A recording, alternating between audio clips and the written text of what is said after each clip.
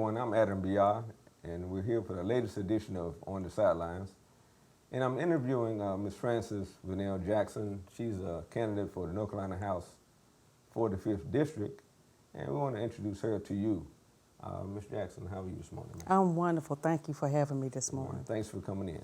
All right, introduce yourself to the audience. Okay, I'm Frances Vernell Jackson. I go by Vernell and Frances because Hope Mills residents know me as both.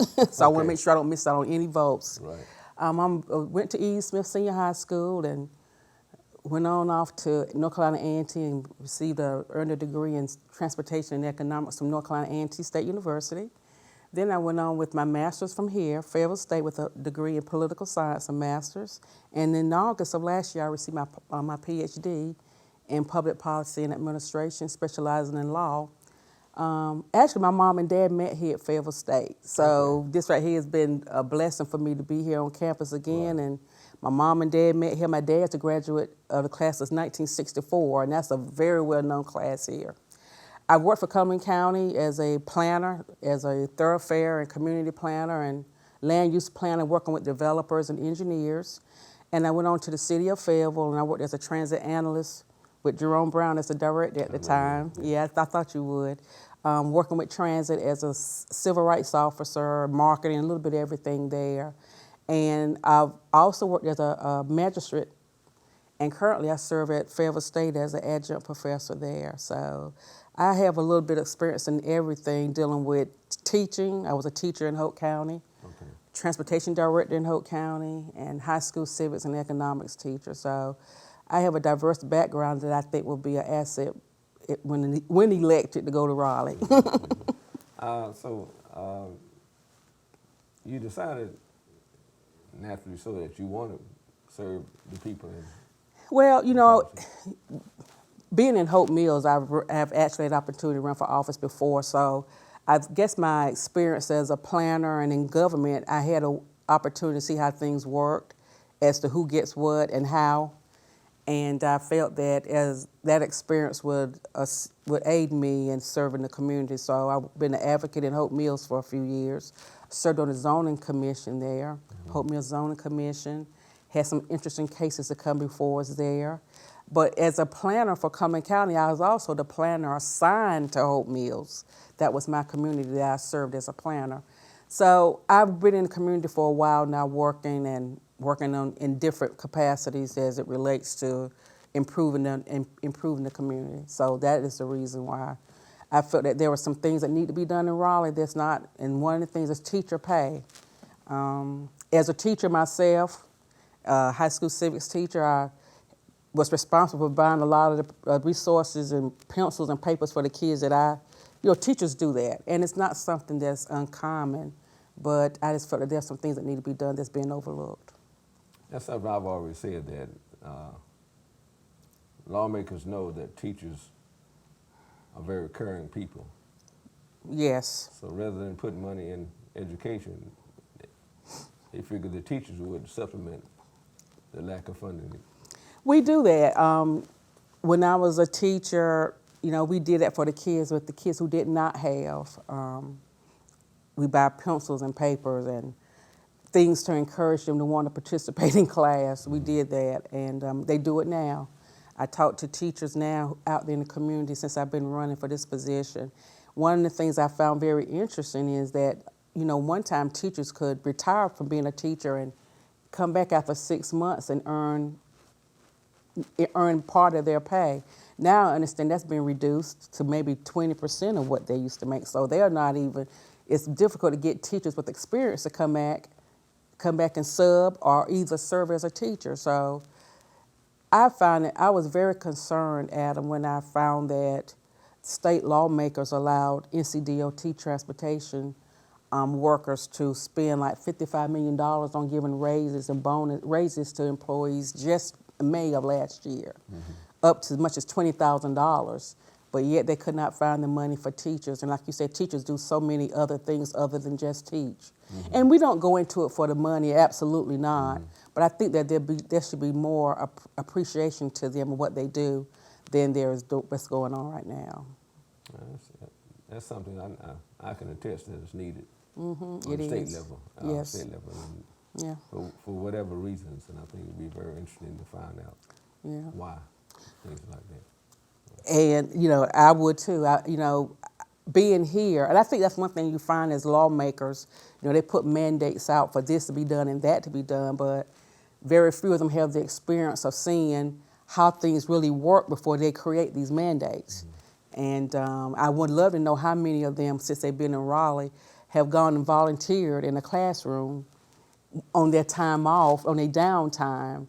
And that's something that I think that lawmakers should maybe consider doing. That's the way, how else you know what your community needs if you don't go into the classroom and go to the university or go to the campus or the high school to see what the students are really in need of. So, Especially when you look at low wealth counties.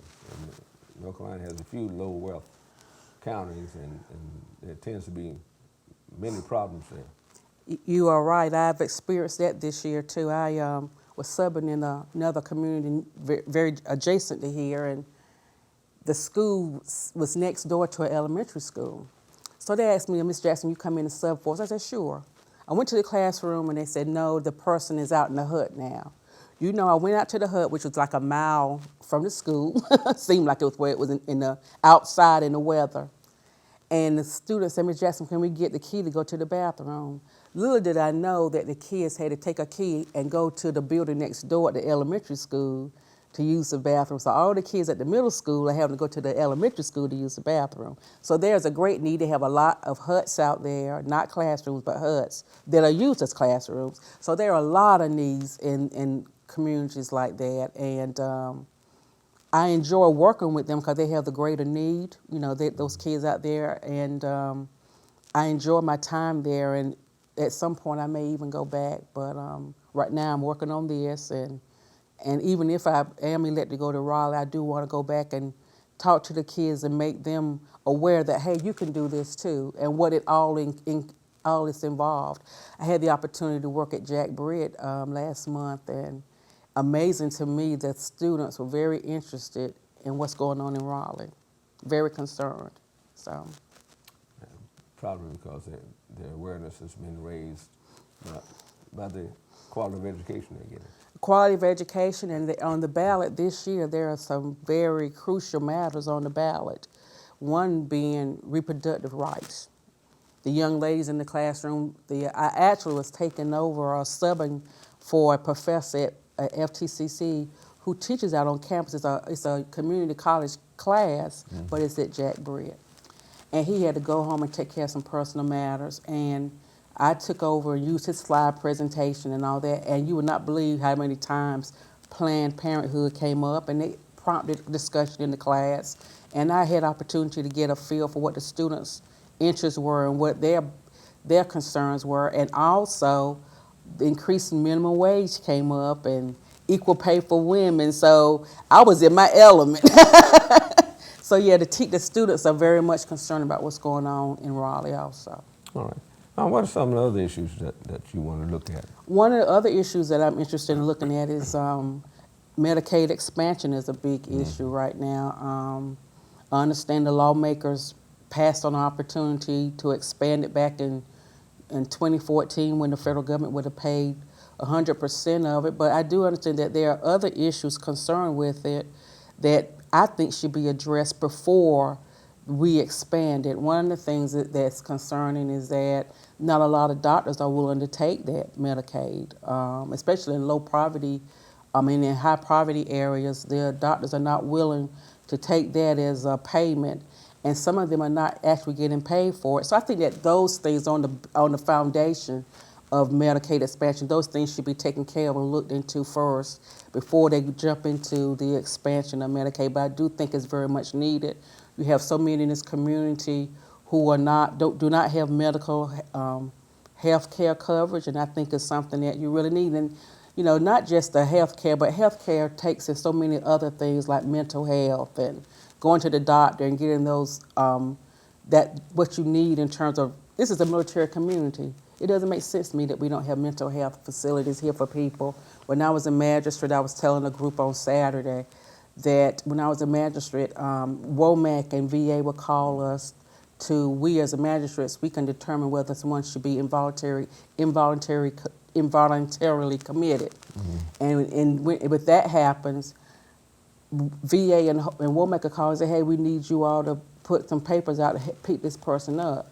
Well, those are resources. The deputy has to go pick the person up in the deputy car, sometimes drive them from VA or WOMAC all the way to Winston-Salem to a facility where they would stay maybe a day or two, and then they right back with the family. So I think that that's a waste of resources. We already know that the deputies the sheriff's department is shorthanded right now.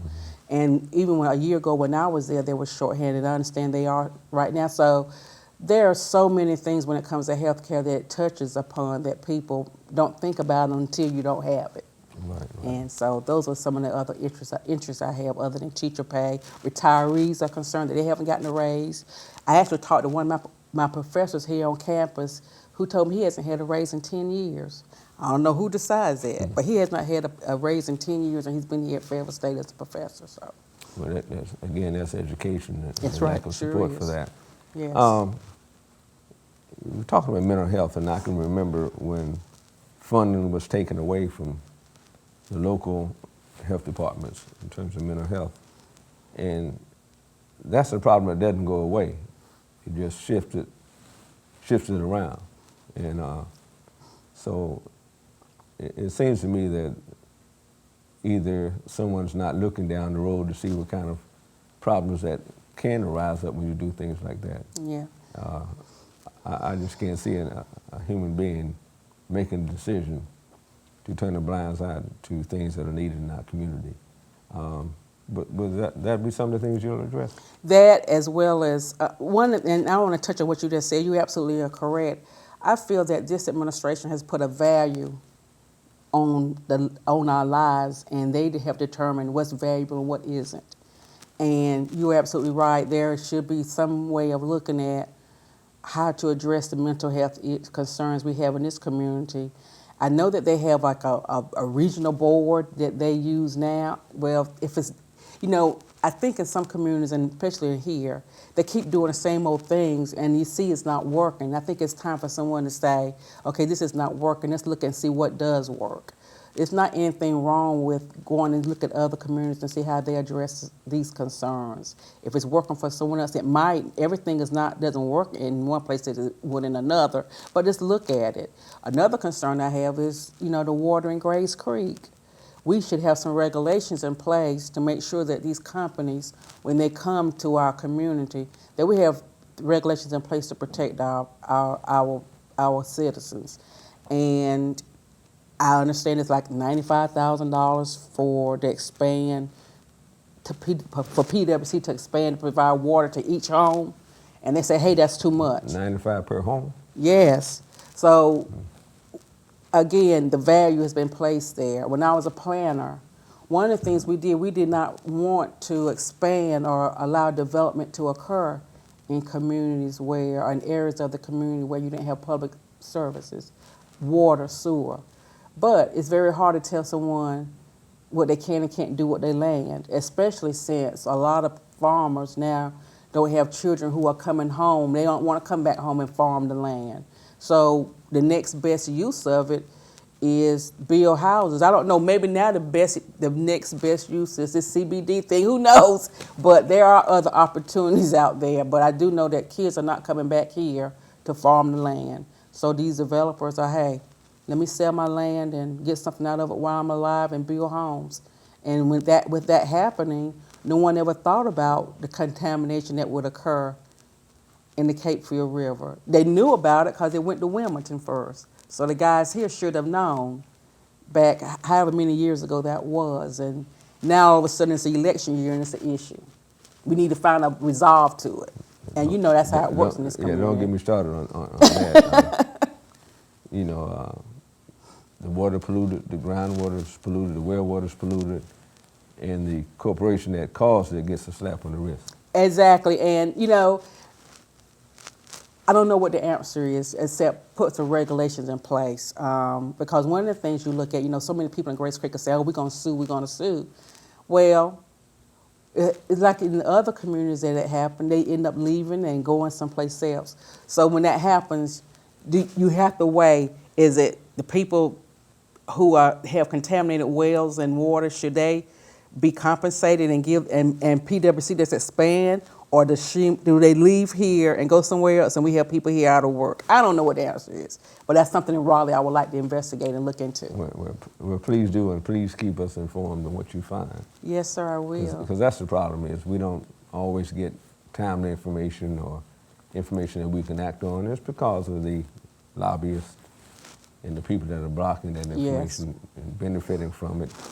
And that's a whole different issue, but I don't want you to go up there and try to conquer the world yet. All right. Try to be David against that big Goliath. Right. But I'm hoping that when you win and you can come back for the general election. That's right, you don't have a... Yes, I will have one. Okay. If I win on next week, March the 3rd, I pray I win, I would then go into the general election to face the Republican. There's a Republican, okay. Incumbent is John Zoka, so he's... Oh, okay. Yeah, he's been there for a number of years now. Yes. So he is the incumbent in District 45. Ms. Jackson, I appreciate you coming on our program and sharing your candidacy with our viewers, and I do invite you to come back, as I said. Thank you so much. I will for the general election and tell us what the next step is for you. Yes, we have much to deal with them after next Tuesday, Super Tuesday. So don't forget to vote. If you live in Hope Mills, remember me, Frances Vernell Jackson. I'm on the ballot. Thank you very much, ma'am. Thank you so much. Thank you. And thank you for listening, viewing in. Again, this is On the Sidelines with Adam B.R. Thank you very much.